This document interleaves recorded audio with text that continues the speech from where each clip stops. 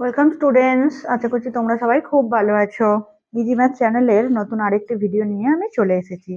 আজকে আমি চতুর্থ শ্রেণীর আমার গণিত বইয়ে দেখো স্কুলের পাঁচিল রং করি এই পৃষ্ঠার সমস্ত অঙ্কগুলি আমি তোমাদেরকে ধরে ধরে করে দেব।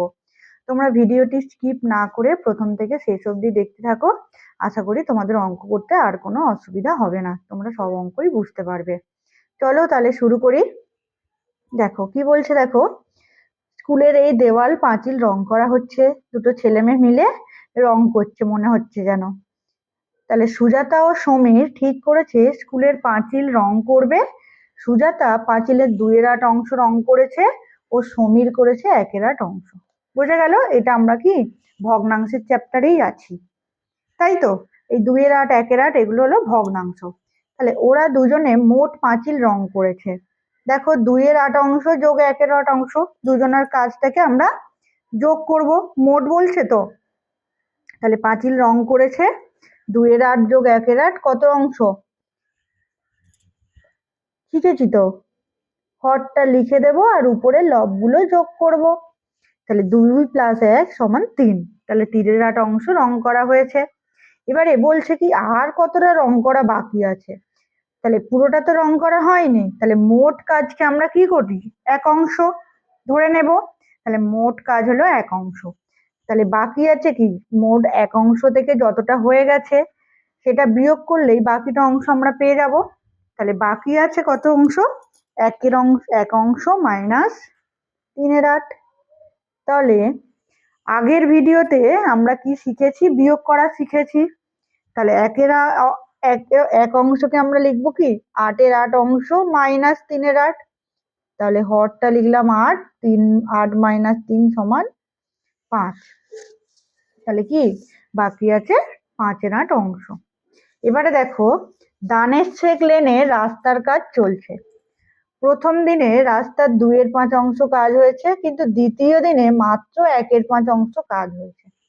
ওই দুদিনে মোট কত অংশ রাস্তার কাজ হয়েছে দেখি। তাহলে হিসাব করি এখনো আরো কত অংশ কাজ বাকি আছে। তাহলে প্রথম দিনে কাজ হয়েছে দেখো 2/5 অংশ, আর দ্বিতীয় দিনে হয়েছে 1/5 অংশ। তাহলে দুদিনে মোট কাজ হয়েছে কত, 2/5 অংশ যোগ 1/5 অংশ। তাহলে 2/5 যোগ 1/5 তাহলে কত হবে, যোগ করলে 2 যোগ 1, তাহলে 3/5 অংশ। এবারে দেখো 3/5 অংশ কাজ হয়ে গেল। এবারে মোট কাজ আমরা কত অংশ ধরেছি, 1 অংশ ধরতে হবে সব সময়। তাহলে মোট কাজ 1 অংশ, তাই বাকি আছে 1 অংশ মাইনাস 3/5 অংশ। তাহলে 1টাকে কিভাবে লিখবো, এই যে আগের পরের হরের মতো দেখবো। পরের হর কত আছে, 5 আছে। তাহলে এটাকে কি লিখবো, 5/5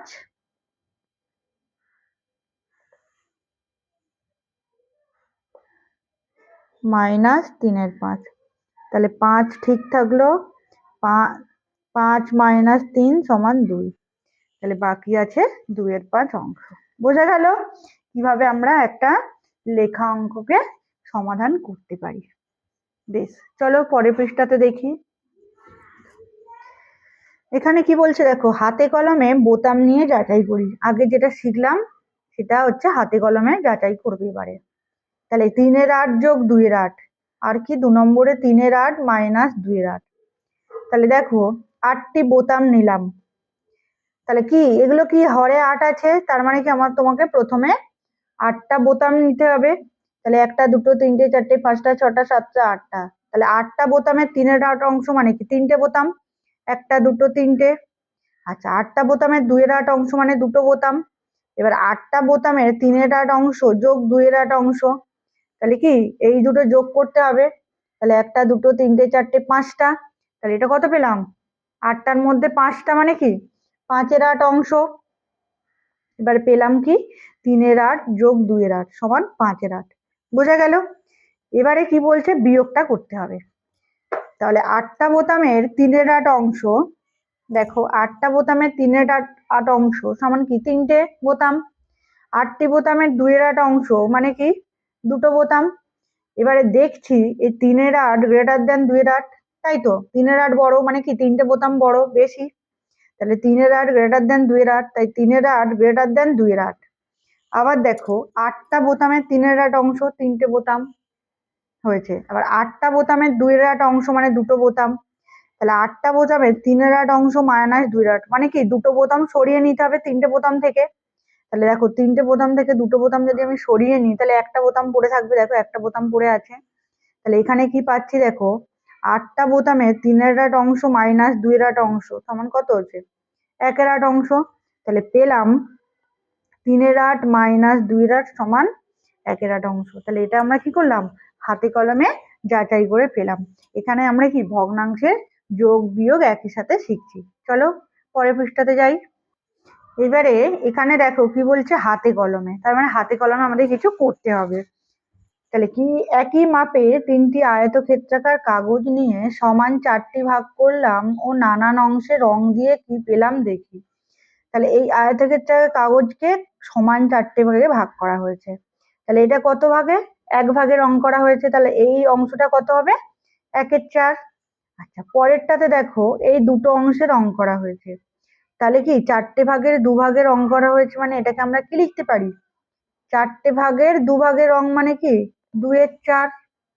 আচ্ছা পরেরটাই দেখো 4টে ভাগের কটা ভাগে, 1টা 2টো 3টে ভাগে রং করা হয়েছে। তাহলে এটা কত হবে, 3/4 অংশ। তাহলে দেখো দেখছে, এই যে দেখো কোনগুলো ভগ্নাংশে হলো, 1/4, 2/4, 3/4। এবারে দেখো এই রং করা পোর্শনটা একটাতে আছে, তারপরে বাড়ছে দুটোতে, তারপরে বাড়ছে 3টে। তাহলে এই রং করা পোর্শন বাড়লো মানে এই ভগ্নাংশগুলো বাড়ছে। তাহলে 1/4 থেকে এই যে একটা ছিল তারপরে দুটো হলো, তাহলে কি 2/4টা বেশি। তারপরে আবার দেখো কি আছে না, 3/4 বেশি অংশে রং করা আছে, তাহলে এটা আবার বাড়ছে। তাহলে কি লেস দেন হবে, 1/4 লেস দেন 2/4 লেস দেন 3/4। তার মানে কি, এটার মানে হলো 1/4 থেকে 2/4 বড়, 2/4 থেকে আবার 3/4 বড়।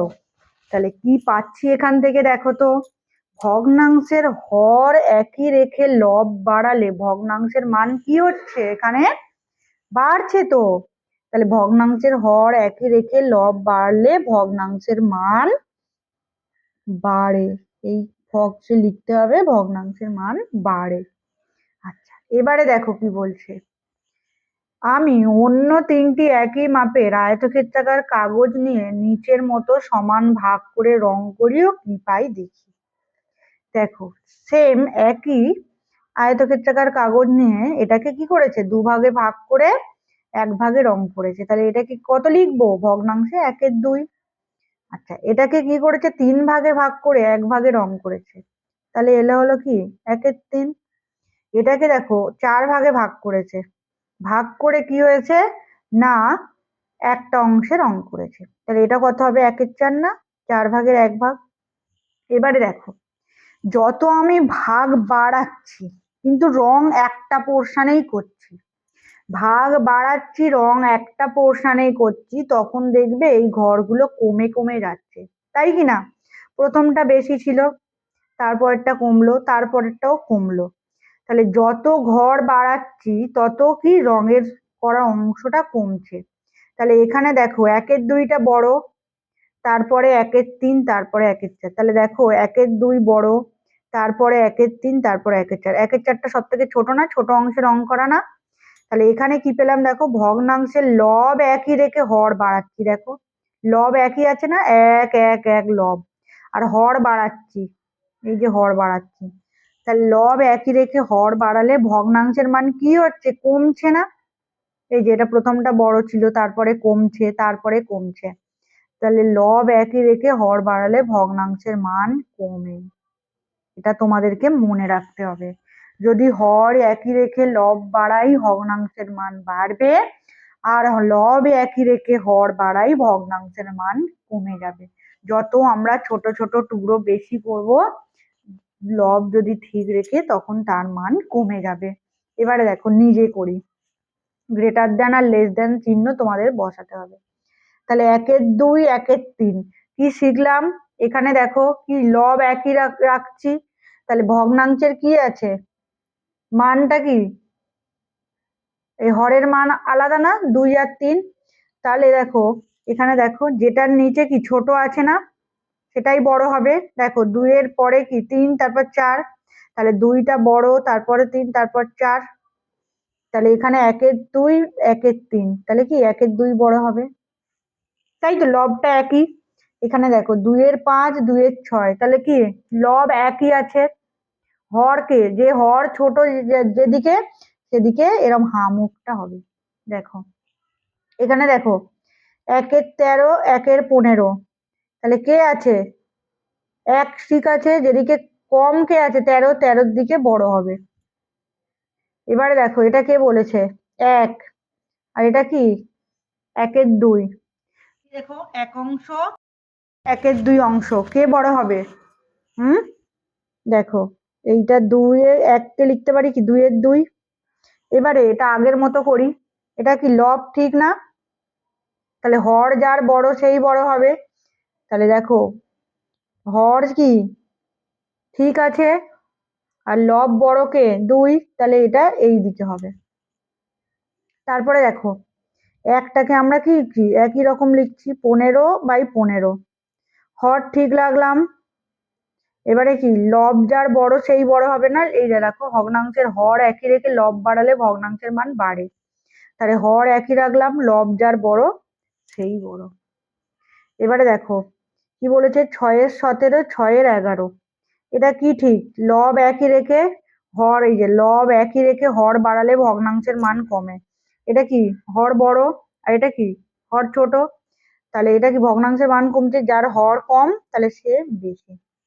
তাহলে এটা কি এখানে কি শিখলাম দেখো, হর একই রেখে লব বাড়ালে ভগ্নাংশের মান বাড়ে, আর লব একই রেখে হর বাড়ালে ভগ্নাংশের মান কমে। এটা তোমাদেরকে ভালো করে মনে রাখতে হবে, কারণ পরবর্তীকালে তোমরা অঙ্ক করলে এইটা তোমাদের খুব কাজে লাগবে।